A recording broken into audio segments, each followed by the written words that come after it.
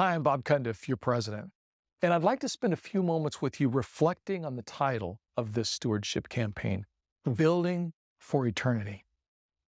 It's just 3 words, but it communicates what is at the heart of our campaign. You see, this campaign is not about concrete and steel. One day, the concrete and steel all go away, but the work that we do in this campaign lasts for eternity. It continues on forever.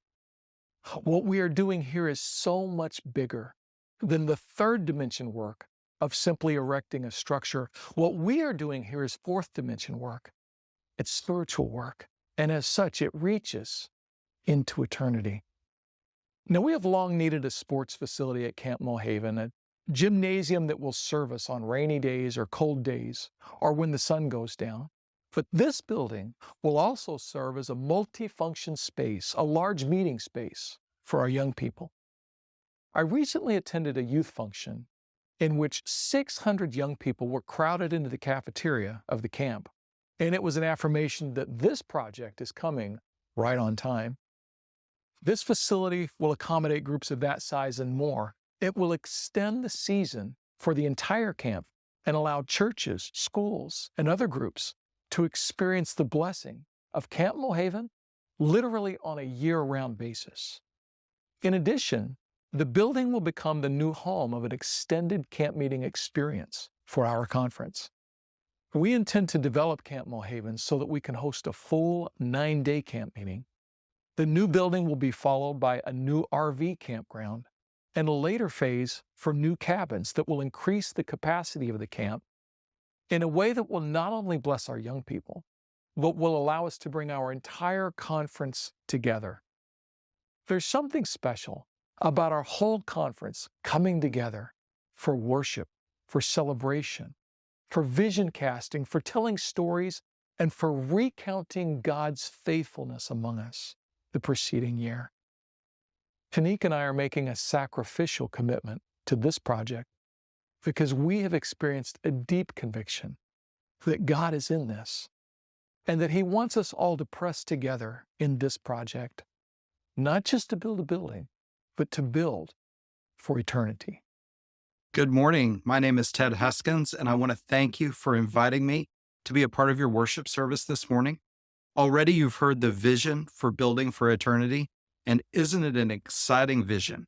God is doing some amazing things at Camp Mohaven, and we need everybody to be a part of it. And so we have been asking every pastor, every office worker, every educator throughout the conference to make a prayerful, sacrificial commitment for our young people so that this project can become a reality.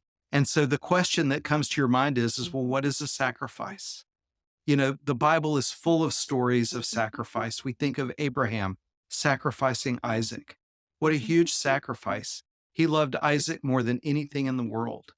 We think about God sacrificing His own son, Jesus, on the cross, that you and I might have life.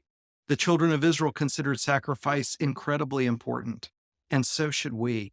And so as you think about what a sacrifice would be for you and your family, let me tell you a story of a young man in a project very similar to this.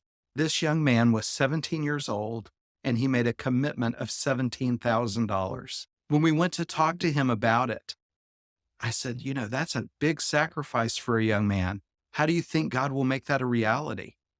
And he said, well, Pastor, he said, it's easy. He said, I've saved $7,000. I was going to buy a car with it. And then I work at the grocery store. I bag groceries. And so I figured out how much it was going to cost me in gas and insurance for 3 years. And I rounded it up a little bit to $17,000.